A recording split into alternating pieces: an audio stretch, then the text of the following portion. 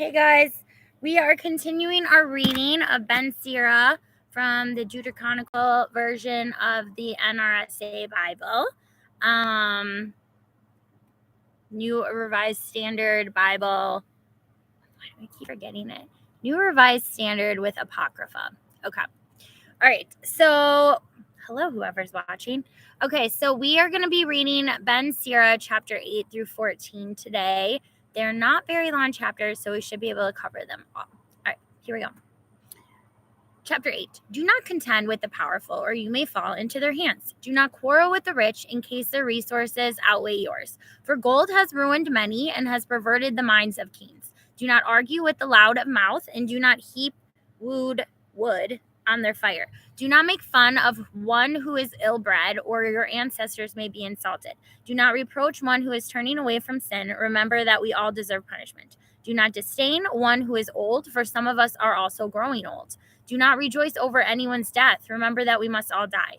Do not slight the discourse of the sages, but busy yourself with their maxims, because from them you will learn discipline and how to serve princes. Do not ignore the discourse of the aged, for they themselves learned from their parents. From them you learned how to understand and to give an answer when the need arises. Do not kindle the coals of sinners, or you may be burned in their flaming fire. Do not let the insolent bring you to your feet, or they may lie in ambush against your words. Do not lend to one who is stronger than you, but if you do lend anything, count it as a loss. Do not give surety. Do not give surety beyond your means, but if you give surety, be prepared to pay. Do not go to law against a judge, for the decision will favor him because of his standing. Do not go traveling with the reckless, or they will be burdensome to you, for they will act as they please, and through their folly you will perish with them. Do not pick a fight with the quick-tempered, and do not journey with them through lonely country, because bloodshed means nothing to them, and where no help is at hand, they will strike you down. Do not consult with fools, for they cannot keep a secret. In the presence of strangers, do nothing that is to be kept secret, for you do not know what they will divulge. Do not reveal your thoughts to anyone, or you may drive away your happiness. Is that a firework? Okay, chapter 9. Do not be jealous of the wife of your bosom, or you will teach her an evil lesson to your own hurt. Do not give yourself to a woman and let her trample down your strength. Do not go near a loose woman, or you will fall into her snares. Do not dally with a singing girl, or you will be caught by her tricks. Do not look intently at a virgin, or you may stumble and incur penalties for her. Do not give yourself to prostitutes, or you may lose your inheritance. Do not look around in the streets of a city, or wander about in its deserted sections. Turn away your eyes from a shapely woman and do not gaze at beauty belonging to another.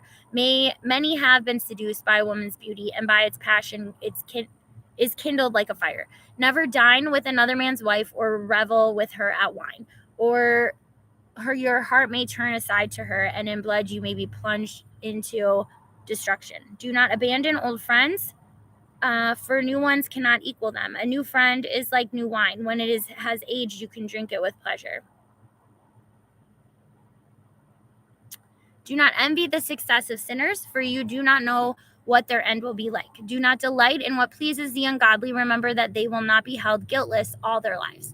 Keep far from those who have power to kill, and you will not be haunted by the fear of death. But if you approach them, make no misstep, or they may rob you of your life. Know that you are stepping among snares, and that you are walking on the city battlements. As much as you can, aim to know your neighbors and consult with the wise. Let your conversation be with intelligent people, and let all your discussion be about the law of the Most High. Let the righteous be your dinner companions, and let your glory be in the fear of the Lord. A work is praised for the skill of the artisan, so a people's leader is proved wise by his words. The loud of mouth are feared in their city, and the one who is reckless in speech is hated. Chapter 10. A wise magistrate educates his people, and the rule of an intelligent person is well ordered. As the people's judge is, so are his officials. As the ruler of the city is, so are all its inhabitants. An undisciplined king ruins his people, but a city becomes fit to live in through the understanding of its rulers. The government of the earth is in the hand of the Lord, and over it he will raise up the right leader for the time. Human success is in the hand of the Lord, and it is he who confers honor upon the lawgiver. Do not get angry with your neighbor or every injury, and do not resort to acts of insolence. Arrogance is hateful to the Lord and to mortals, and injustice is outrageous to both.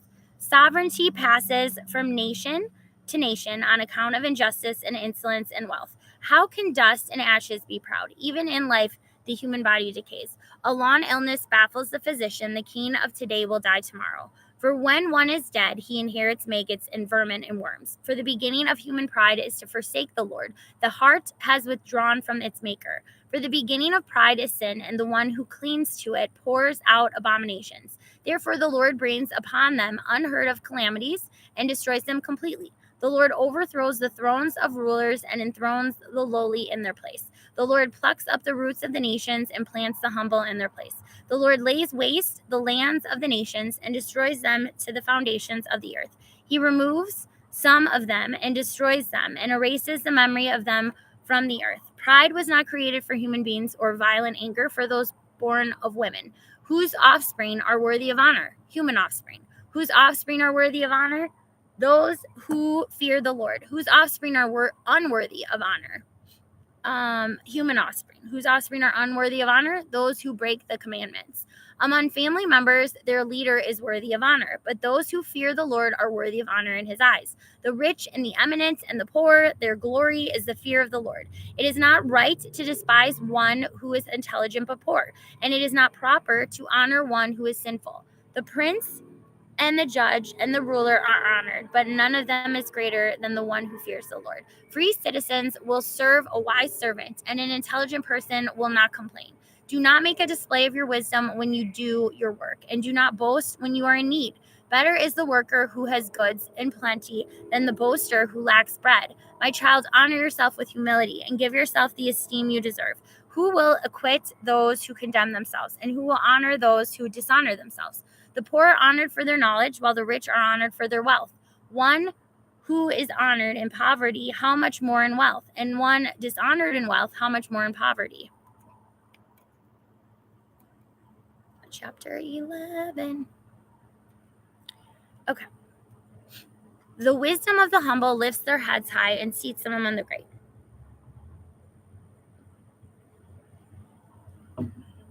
Do not praise individuals for their good looks or loathe anyone because of appearance alone. The bee is small among flying creatures, but what it produces is the best of sweet things. Do not boast about wearing fine clothes, and do not exalt yourself when you are honored, for the works of the Lord are wonderful, and his works are concealed from humankind.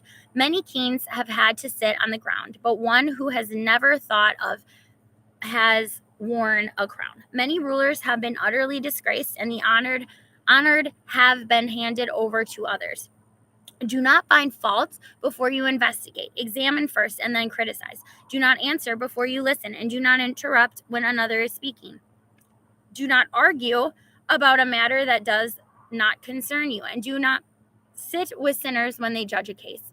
My child, do not busy yourself with many matters. If you multiply activities, you will not be held blameless. If you pursue, you will not overtake, and by fleeing, you will not escape. There are those who work and struggle and hurry, but are so much the more in want. There are others who are slow and need help, who lack strength and abound in poverty. But the eyes of the Lord look kindly upon them. He lifts them out of their lowly condition and raises up their heads to the amazement of the many. Good things and bad, life and death, poverty and wealth come from the Lord. The Lord's gift remains with the devout, and his favor brings lasting success. One becomes rich through diligence and self-denial, and the reward allotted to him is this: when he says, I have found rest, and now I shall feast on my goods. He does not know how long it will be until he leaves them to others and dies. Stand by your agreement and attend to it, and grow old in your work. Do not wonder at the works of a sinner, but trust in the Lord and keep at your job. Oh my gosh, you got something? Okay. For it is easy in the sight of the Lord to make the poor rich suddenly in an instant. The blessing of the Lord is the reward of the pious, and quickly God causes his blessing to flourish. Do not say, what do I need, and what further benefit can be mine? Do not say, I have enough, and what harm can come to me now? In the day of prosperity, adversity is forgotten, and in the day of adversity, prosperity is not remembered. For it is easy for the Lord on the day of death to reward individuals according to their conduct.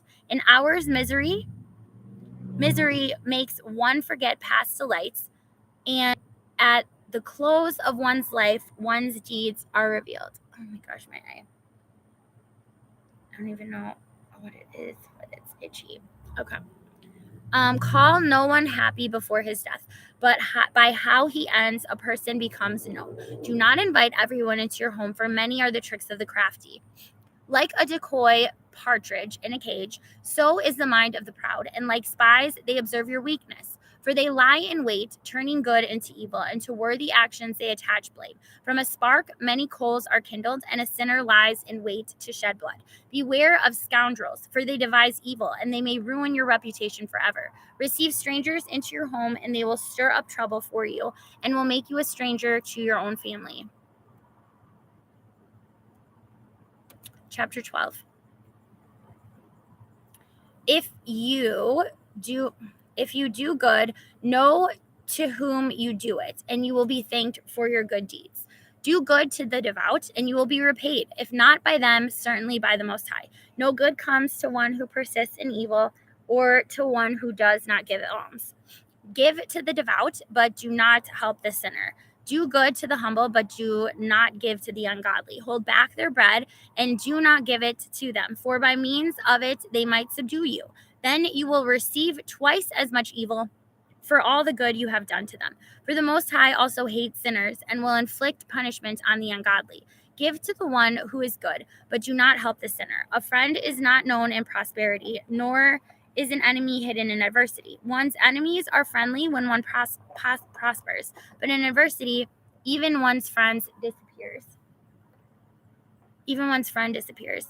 Never trust your enemy, for like corrosion in copper, so is wickedness. Even if he humbles himself and walks bowed down, take care to be on your guard against him. Be to him like one who polishes a mirror, to be sure it does not become completely tarnished. Do not put him next to you, or he may overthrow you and take your place. Do not let him sit at your right hand, or else he may try to take your own seat. And at last you will realize the truth of my words and be stunned by what I have said. Who pities a snake charmer when he is bitten, or all those who go near wild animals? So no one pities a person who associates with a sinner and becomes involved in the other's sins. He stands by you for a while, but if you falter, he will not be there. An enemy speaks sweetly with his lips, but in his heart he plans to throw you into a pit. An enemy may have tears in his eyes, but if he finds an opportunity, he will never have enough of your blood. If evil comes upon you, you will find him there ahead of you. Pretending to help, he will trip you up. Then he will shake his head and clap his hands and whisper much and show his true face.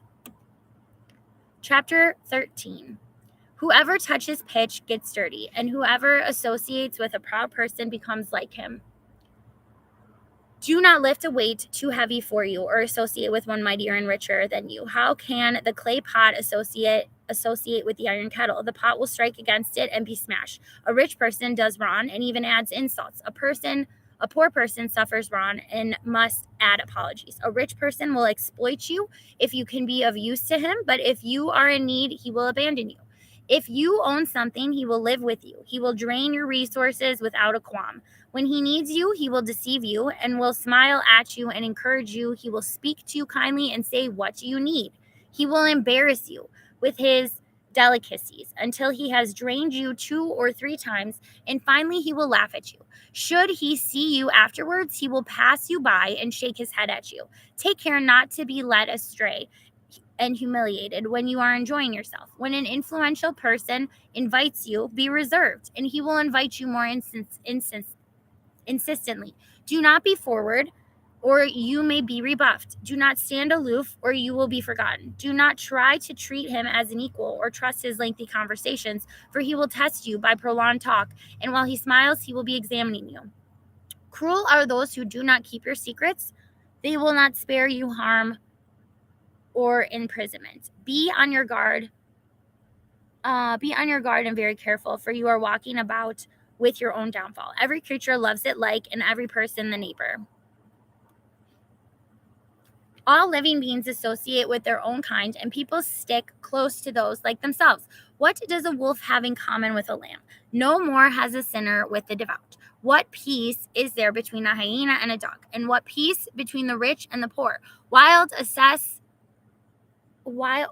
asses in the wilderness are the prey of lions. Likewise, the poor are feeding grounds for the rich. Humility is an abomination to the proud. Likewise, the poor are an abomination to the rich. When the rich person totters, he is supported by friends, but when the humble falls, he is pushed away even by friends. If the rich person slips, many come to the rescue. He speaks unseemly words, but they justify him. If the humble person slips, they even criticize him. He talks sense, but is not given a hearing. The rich person speaks, and all are silent. They extol to the clouds what he says. The poor person speaks, and they say, "Who is this fellow?" And should he stumble, they even push him down. Riches are good if they are free from sin. Poverty is evil only in the opinion of the ungodly. The heart changes the countenance, either for good or for evil. The sign of a happy heart is a cheerful face, but to devise proverbs requires painful thinking. All right, guys, we have chapter 14 left, and then we'll end it because it's getting too dark to even see me at this point. I'm just the voice and shadows. Okay, chapter 14. Happy are those who do not blunder with their lips and need not suffer remorse for sin. Happy are those whose hearts do not condemn them and who have not given up their hope. Riches are inappropriate for a small-minded person, and of what use is wealth to a miser? What he denies himself, he collects for others, and others will live in luxury on his goods. If one is mean to himself, to whom will he be generous? He will not enjoy his own riches. No one is worse than one who is grudging to himself. This is the punishment for his meanness. If ever he does good, it is by mistake, and in the end he reveals his meanness. The miser is an evil person. He turns away and disregards people. The eye of the greedy person is not satisfied with his share. Greedy injustice withers the soul. A miser begrudges bread, and it is lacking at his table. My child, treat yourself well, according to your means, and present worthy offerings to the Lord. Remember that death does not tarry, and the decree of Hades has not been shown to you. Do good to friends before you die, and reach out and give to them as much as you can. Do not deprive yourself of any day's enjoyment. Do not let your share or of desired good pass by you. Will you not leave the fruit of your labors to another, and what you acquired by toil to be divided by lot? Give and take and indulge yourself, because in Hades one cannot look for luxury. All living beings become old like a garment, for the decree from of old is you must die.